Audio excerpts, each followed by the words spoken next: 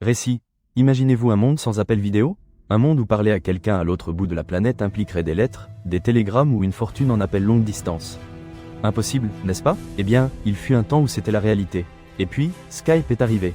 Voici l'histoire de la façon dont une idée révolutionnaire, née dans le froid du nord de l'Europe, a connecté le monde et, par la même occasion, a généré des mythes savoureux qui circulent encore aujourd'hui sur le net.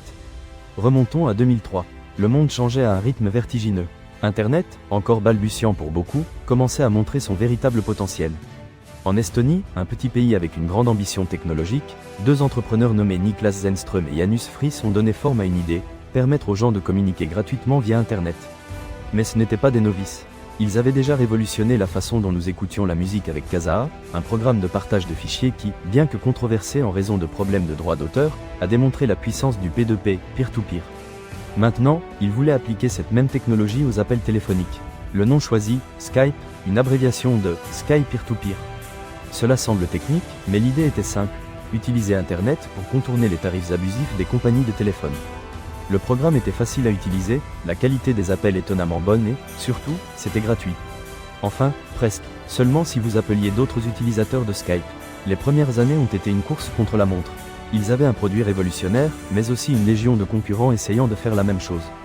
De plus, les grandes compagnies de téléphone, voyant leur empire menacé, ne resteraient pas les bras croisés. L'un des plus grands défis était l'évolutivité.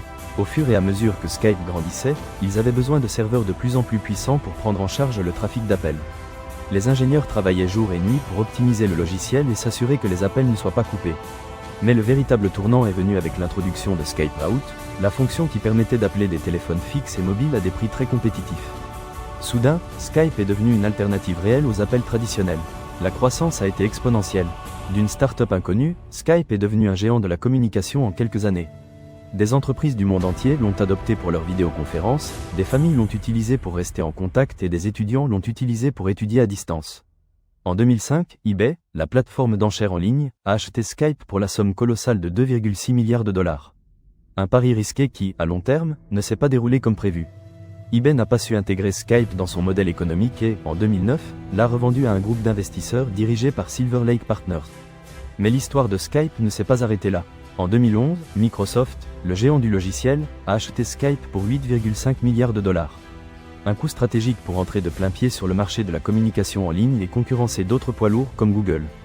Et c'est là que l'histoire croise le mythe. L'une des rumeurs les plus persistantes au sujet de Skype est que sa technologie a été initialement développée à des fins militaires ou de renseignement. On dit que le P2P, si efficace pour les appels, pourrait également être utilisé pour transmettre des informations de manière sécurisée et anonyme. Certains affirment même que la CIA ou une autre agence gouvernementale a été impliquée dans le financement initial de Skype.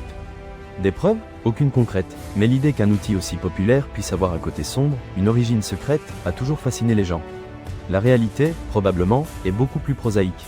Zennström et Friis étaient simplement deux entrepreneurs avec une idée brillante et l'ambition de changer le monde. Mais le mythe, comme c'est souvent le cas, est beaucoup plus attrayant que la vérité. Aujourd'hui, Skype est un outil omniprésent dans nos vies. Bien qu'il ait perdu du terrain face à d'autres plateformes de messagerie et de vidéoconférence, il reste une option populaire pour des millions de personnes dans le monde entier.